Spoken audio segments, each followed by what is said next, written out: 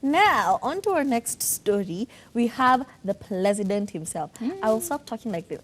Kathomi has this effect on you where she'll say things like president and it's just going to stick. Anyway, the president himself, and by president I mean CMB Prezzo, Mr. McKinney, Prezzo 254, he says, if these new cats knew the story of the boy who cried wolf 3 times and what transpired the 3rd time, then they would refrain from using clout before releasing music.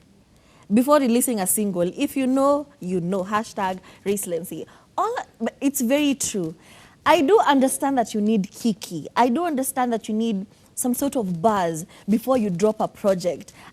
I understand that at all. But with Kenyans these days, it's become such a thing where even if somebody has a genuine issue and they come to social media, especially celebrities, and they come to social media and say, hey guys, I am going through this and this and this. It's been a tough season, blah, blah, blah, blah, blah.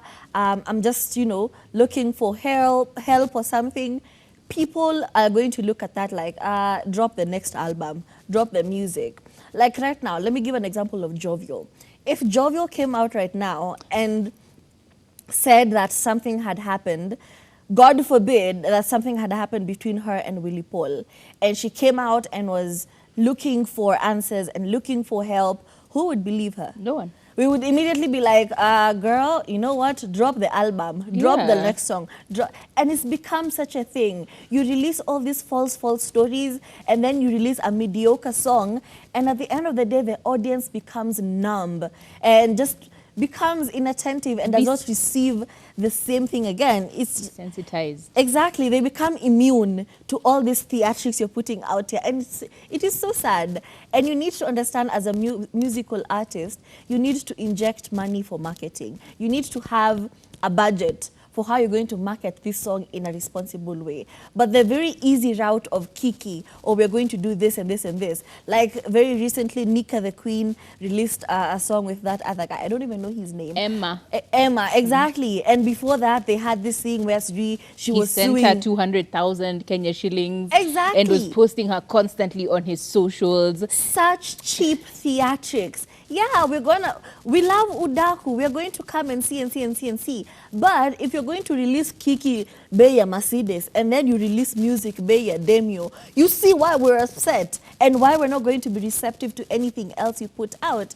It is so unfortunate. And not even musical artists, even entrepreneurs. Today we're going to call out Nancy Mwai. Oh. Listen, she had us in a chokehold because we love her brand, okay? Yeah. We really, really love her brand. I mean, it's pricey, but we love it. Exactly. Like, anytime I save a few coins, I'm like, spoil yourself. I have like 3 of her kimonos. Exactly. Like, spoil yourself, go there, get yourself a piece, because, you can see it's a labor of love. Yep. She puts the work into it. It's beautiful. Everything is well thought out. But then she came up with this thing where she said, oh, we're closing our shop, blah, blah, blah, blah, blah. And it was during this time where a lot of businesses were closing down. Yeah. But the thing is, they were not actually closing. They were just moving from one building to another building across the road. So already people have said bye-bye. People have said, we're going to miss this shop. We're going to miss this and this and this. You have your customers at the edge of their seats, feeling so sorry, feeling so heartbroken. And guilty then you announce, that maybe they didn't buy, exactly. if we had bought enough. And then you announce, Atiha, I was joking, you guys. It was a prank. We just moved to this other building.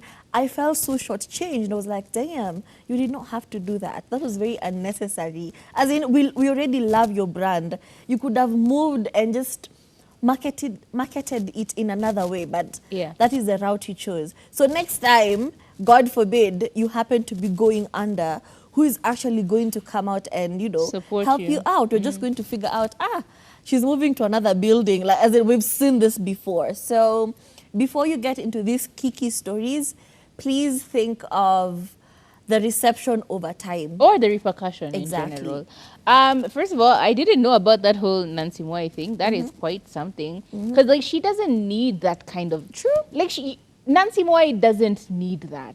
Period. Point blank, period. This woman is a self-made entrepreneur. I remember watching her YouTube videos so many years ago, and I was so Exactly. proud that I could see a reflection of someone. She was the OG YouTubers in Kenya. Yes, she's one of those people who made us want to become like social media, like what influencers, and to want to have a social media page. In fact, they influence a lot of our initial journeys into the internet and onto like Instagram and the rest of her, Miss Kihoro, and I remember even back in the day when what's her name, Joy Candy was Joy Candy. Remember Joy, the original Joy Candy? Sharon Mundia When was This Is Mundia S. was This Is S, and we would just kiss the ground she walked on simply because she walked there. It's insane how people have less and less faith in themselves and their abilities and their clientele that they stoop to these levels. However, I think Prezzo put it best. Remember those days?